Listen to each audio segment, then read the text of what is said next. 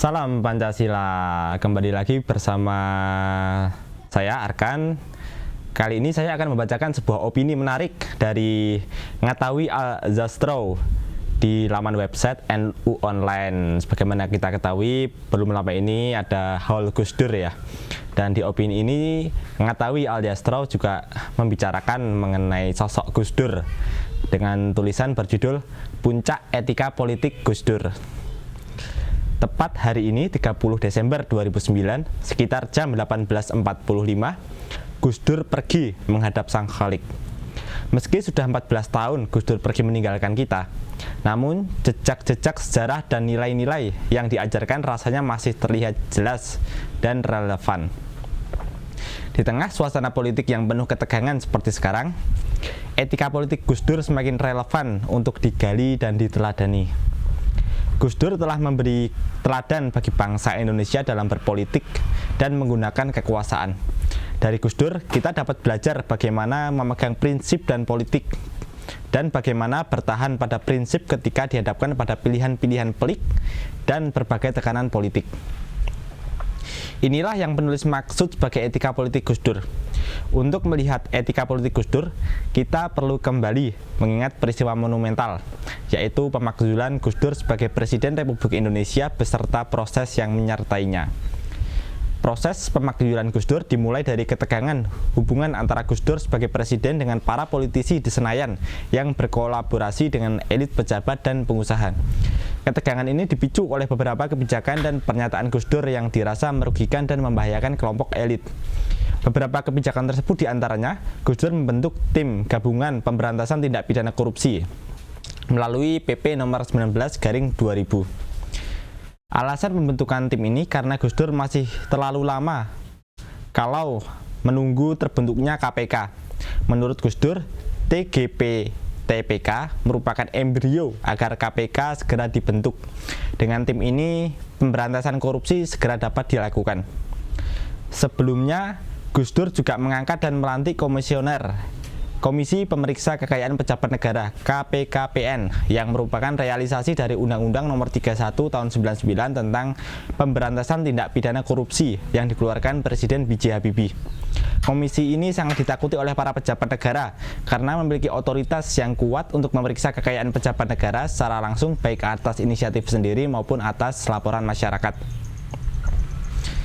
Jika ada kejanggalan atas kekayaan yang dimiliki oleh pejabat negara bisa dilaporkan dan ditindaklanjuti dengan pemeriksaan oleh KPKPN.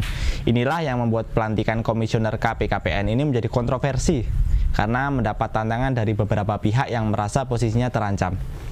Selain kebijakan yang mempersempit ruang gerak koruptor, Gus Dur juga sering membuat pernyataan yang membuat jengah para elit dan pejabat negara. Misalnya tentang penangkapan Tommy Soeharto yang diucapkan setelah sholat Jumat di Masjid Al-Munawarah Ciganjur. Juga pernyataan Gus Dur tentang Tommy Winata. Dalam suatu dialog terbuka di SCTV, Gus Dur secara terang-terangan menyebut Tommy TW sebagai pemilik bisnis judi di Kepulauan Seribu. Kemudian secara tegas, Gus Dur memerintahkan kepada Kapolri agar segera menutup dan menangkap TW. Saya mendapat laporan ada pulau di Teluk Jakarta dipakai untuk perjudian.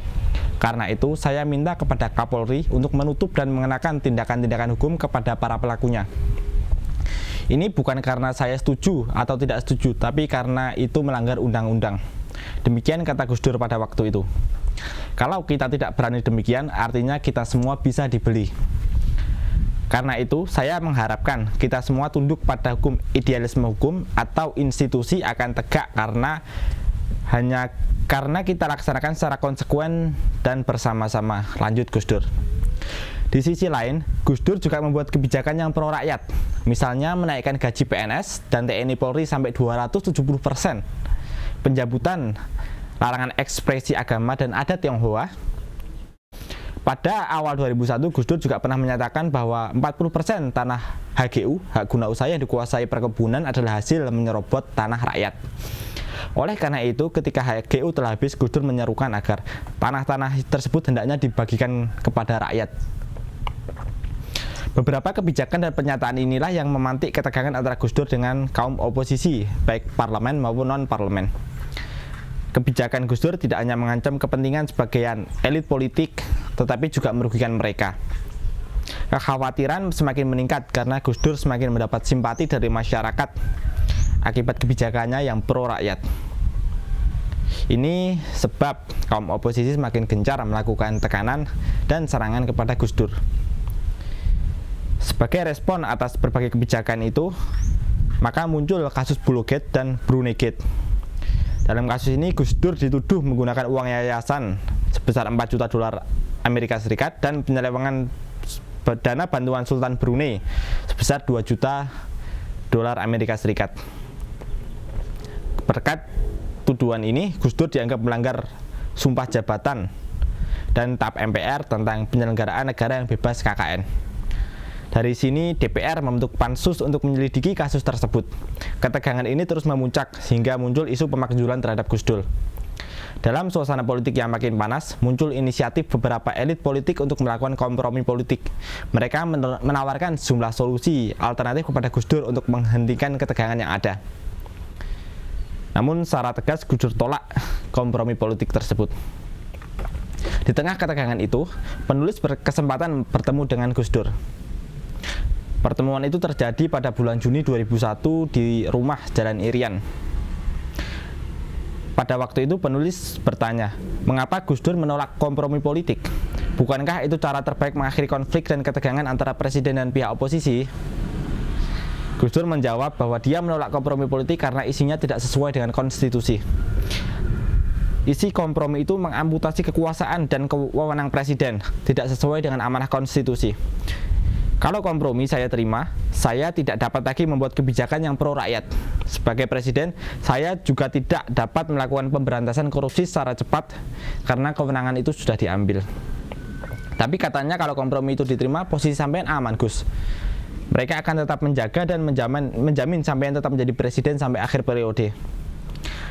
Buat apa berkuasa kalau tidak dapat menyejahterakan rakyat? Buat apa jadi presiden kalau tidak dapat melawan koruptor? Kata Gus Dur dengan suara tinggi sambil menatap tajam menulis. Saya duduk di sini ingin memberikan manfaat yang lebih besar kepada rakyat dan bangsa Indonesia.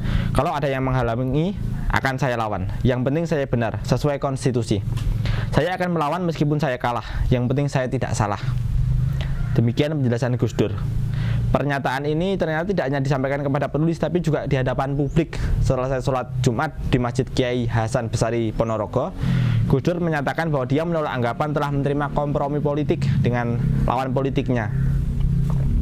Terus terang mendengar jawaban Gus Dur, penulis hampir menangis meneteskan air mata. Di sini penulis melihat secara gamblang etika dan nilai-nilai politik Gus Dur. Beliau rela mempertaruhkan jabatan dan kekuasaan demi membela dan mempertahankan nilai dan etika politik, yaitu kemaslahatan umat dan bangsa serta negara. Bagi penulis, pernyataan Gus Dur akan saya lawan meskipun harus kalah, lebih baik kalah daripada salah, adalah puncak dari etika politik seorang Gus Dur. Artinya etika politik Gus Dur adalah menggunakan kekuasaan untuk kemaslahatan umat, membela yang lemah, terpinggirkan, bersikap tegas pada mereka yang serakah dan melawan kezaliman. Di tengah hiruk-pikuk politik yang terjadi, etika politik Gus Dur ini menjadi penting untuk terus ditanamkan dan digaungkan sebagai energi untuk melawan perilaku politik yang mengagungkan semangat biar salah yang penting tidak kalah. Tulisan dari Ngatawi Alyastro, penulis buku Gus Dur, Siapa sih Sampean? Tafsir teoritis atas tindakan dan pernyataan Gus Dur, ex-sekretaris pribadi Gus Dur. Demikian tulisan menarik dari Mas Ngatawi Alyastro. Salam Pancasila, salam Gus Durian.